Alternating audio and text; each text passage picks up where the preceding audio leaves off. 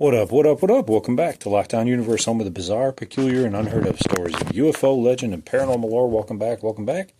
Happy to be back. Hopefully you guys are doing awesome and taking care of yourselves. So today we wanted to talk to you guys about Representative Anna Paulina Luna making a beautiful appearance on the Joe Rogan podcast. Now, you guys might have heard of Anna Paulina Luna as being a staunch supporter of all of us in ufology, all of us that are pushing for transparency in the government, for the government to come out and basically say that what they've been doing for the past 70 years, 80 years with UFO technology, reversed engineering, and more and more and more. So why is this podcast with Joe Rogan important?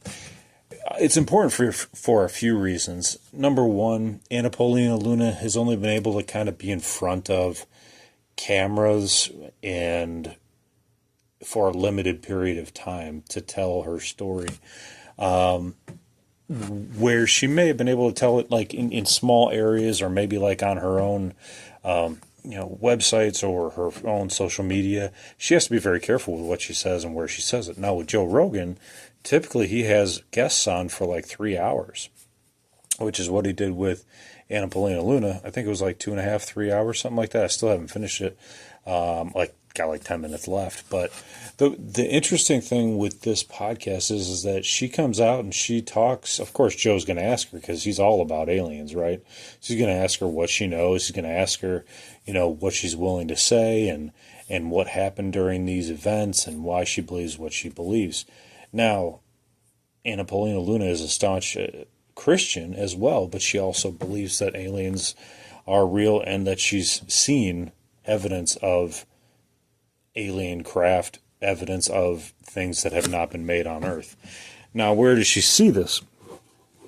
They go into what's called a SCIF, and it's a classified room that is like soundproof and electronic proof, and allows certain people of the military and government to talk without being able to, without having to worry about anybody being able to hack into the room. So it's a closed, soundproof room wherever they go, and the information that they talk about in there is private, so they can't really talk about it. Now, what did she say that's worthy of note on Joe Rogan's podcast? Well, I'll tell you this.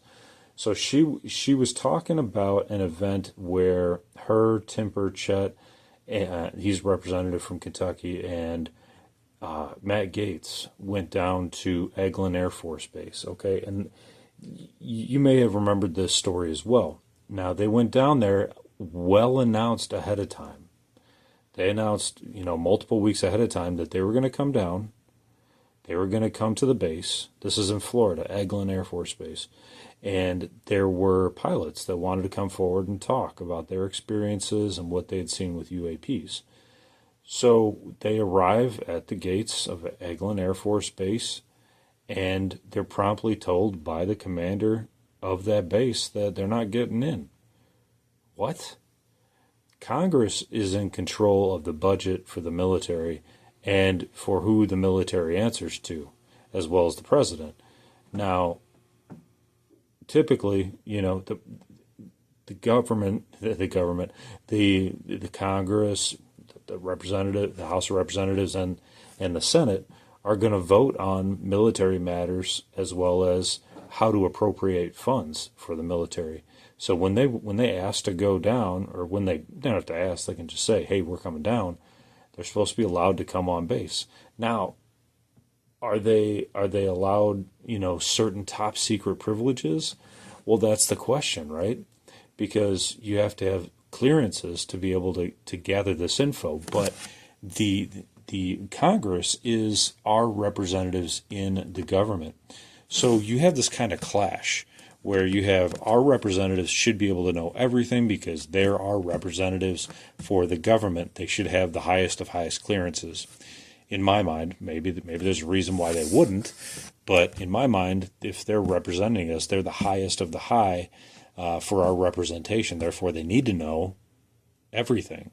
If they're going to be funding or they're going to be voting on a particular issue, they need to know everything, even if it's aliens. So when they went down there, the commander was like, no, we're not going to let you on. And coming up with all these reasons, right? All these different reasons why they can't come on. And then finally he gives in and allows them to come on. But they wanted to talk to these pilots. And he basically said, no, you can talk to me. They talk to him for a little bit. They do back and forth, and he doesn't give them a whole lot, and they take a break. And they're basically continuing to have like these mini meetings with them, with this commander throughout the day, and they're getting frustrated because he's not giving them anything. And he, at the end of the meeting, like there was no end. It was just like in the middle of the meeting, he gets up and leaves. And Luna and everybody else is like, well, maybe he's going to the bathroom or what. His second in command comes into the room and says, oh, he's been granted a leave from this meeting to go attend to other matters in Georgia. They were in Florida, and he was supposed to go to Georgia for a leave. In the middle of this congressional delegation coming down and saying, hey, man, we need to interview these people. We gave you plenty of notice. And we need this information. Now, the thing of it is like, can the second in command give them the authorization to go talk to these pilots? And no, they couldn't. They were basically, stonewalled. Now, here's where it gets interesting, right? Because you have the military that's supposed to answer to Congress, and they're not answering to them. And this commander whispered under his breath, he said, oh, they'd be happy to know I didn't give you the information. He said it to himself out loud. Luna couldn't believe it. She was like, but did he actually say that out loud? It's like, and she's looking around at her other representatives and like, yeah, he just said that out loud. What the hell? And so it's like almost like he was talking to himself, but he was talking to himself out loud. And he didn't give them any information. He kept it quiet and left. The question is like, who's they? Did this commander get a call from someone in the government, someone in the dark governments, an alien commander to say basically don't allow these people to speak to those pilots because we don't want to give them any further fodder for their search into this arena? The military, anybody knows that the Congress cannot just spend all of their time on aliens and UFO information retrieval. They can't. They have other things they need to attend to, lawmaking, policy making, so on and so forth, committees, interviews, all this stuff that they have to do, right? It's congressional hearings, all that stuff. They can't just sit around and try to do investigations, and that's exactly what Luna said, was that we can't spend all of our time. She's like, I wish I personally could spend all my time. Basically, she wants to be like Scully from like the X-Files. She wants to spend all of her time doing it, but she can't. She has plenty of other things that she has to work on. And being a representative member is different than being a Senate member. So if you're a representative, you only get 2 years, whereas Congress gets, I think, 4 or 6 years. So representatives have to be like continually on the ball, like working so that they can get their next election, whereas senators have a little bit more solidity in their position, a little bit more job security, so they don't have to answer to as much. But I found that fascinating, and I said to myself, well, who is the commander so concerned about that he can't even let these people talk to a pilot? And it's got to be somebody from high up. Could it be the SecDef, Secretary of Defense? Could it be, the president doesn't seem to really care about aliens. He doesn't, he doesn't care. And the other presidents, they were interviewed on like Jimmy Kimmel, and they, Kimmel asked all of them, Obama, Clinton, Bush. I don't know if he asked Bush Senior, but Bush Junior, and they're all like, oh, I can't talk about that. Okay, well, that basically answers the question that there's aliens and you can't talk about it. Got it. Okay, cool. But just say that, right? Just say, hey, you know what? There's aliens, but I can't talk about it. That might be enough to put it to rest for some people. But anyway, I thought that the fact that she had more time to be more forthcoming and Rogan could ask her more questions, was fascinating. Rogan asked her straight out. He said, "Hey, if you were given information about the aliens that they actually were the creators of humankind through DNA manipulation of a primate that was already here, or from like Cro-Magnon man and just increased our capability and our mental brain pan to become more sophisticated, would you accept that as a Christian?" And she was like, "Yeah, I'd have to accept it, and I would disseminate it out." But she says, no matter what they say, I'm going to believe in my Christianity, which I thought was kind of interesting. I think that's fascinating too. And she's such a steadfast, stalwart warrior. She's an Air Force veteran. She's now House of Representatives. She's part of Congress. And what's fascinating about her is since she is a veteran, she knows how the military operates. And she said that when they went to go to Eglin Air Force Base, that they weren't behaving like the military. They were behaving like somebody with something to hide. She said she's never seen a commander be able to just up and leave in the middle of a congressional delegation down to their base. And this was the first time she's ever seen something like that. She's like, I was in the military for quite a while. I can't remember how many years she was in for, but she's definitely a decorated vet. And or maybe she was in the Army, sorry. But she's been in the military. I didn't mean to say Air Force if I did. But they went to the Air Force Base, which is what I'm talking about. So anyway, the story goes on and on and on. She said that in addition to going to Eglin, they were also in a SCIF with some other members. I believe it was a different visit with different individuals from the military, but they did show her proof of vehicles that were not made on the planet and other technology that was not made from the planet. She did say that. And I don't know if she was supposed to say that. I don't know if she was allowed to say that, but she did say that. She said she saw these pictures. She said she saw other evidence. Of course, they talked to Grush, who was part of a committee, part of a paid government committee, an agency to suss out all this information to find out which agencies had proof of aliens and what they're doing about it. And he is the main whistleblower, so she's been able to talk to him in SCIFs, outside of SCIFs, and other whistleblowers too. I mean, the fact of the matter that she is kind of like this like, kind of our personal, heroine when it comes to, being a staunch champion of ufology and transparency with ufology within the government. That a lot of people that have information come to her, might call her offices, might stop by her offices, and just say, "Hey, this is what happened to me." And she said, "Yeah, we do have some people that might border on not being truthful or might not necessarily be in their right mind. Nonetheless, they do stop by and give her information.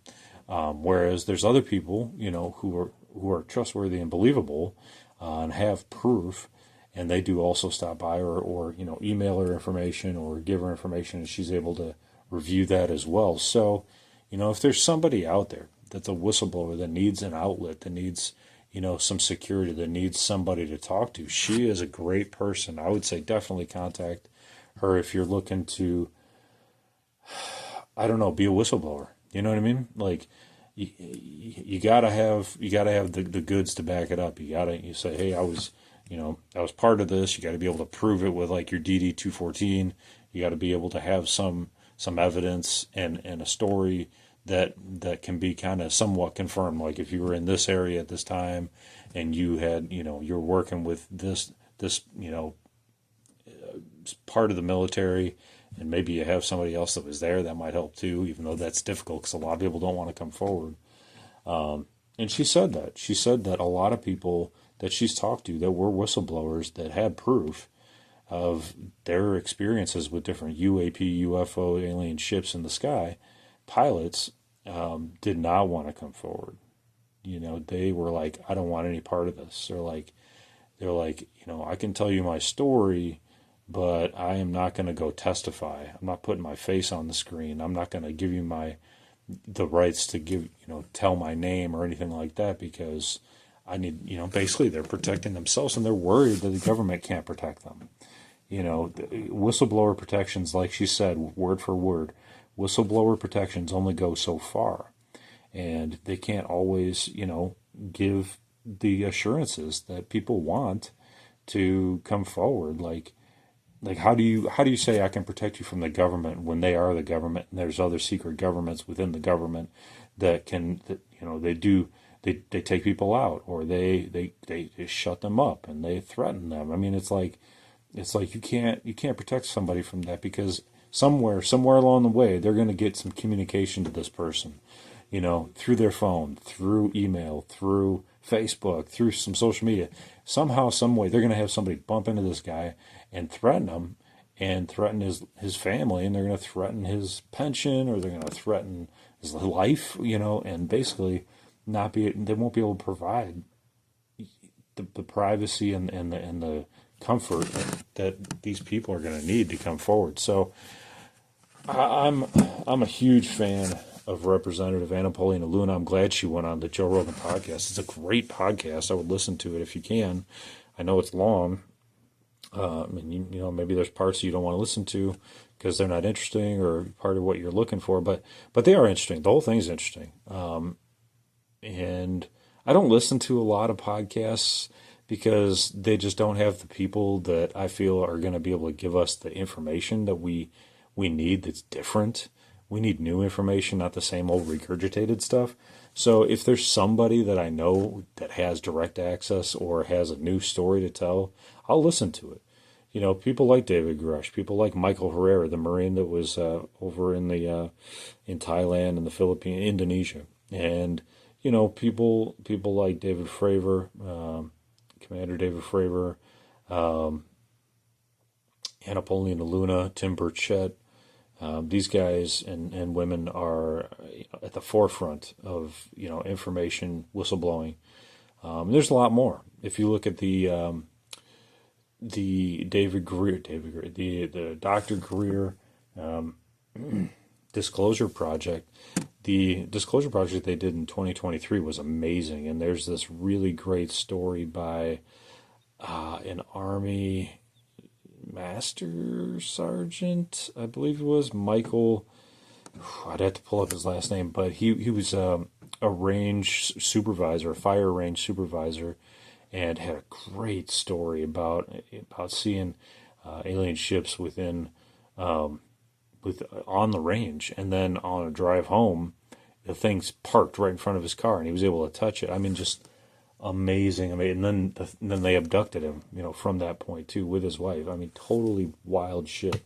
So, anyway, I should probably wrap it up there because my phone's gonna die and I'm getting a little bit off topic. So, anyway, tell me what you think in the comments section. I'd love to hear what you have to say. If you think this is a real story, if it's a bunch of horse malarkey, or whether you liked this or not, and what you'd like me to cover next, because I'm always looking for new topics. So, hey, take care of yourself spiritually, physically, emotionally. Follow through on your hobbies and your goals and your dreams. And as always, continue to question the universe.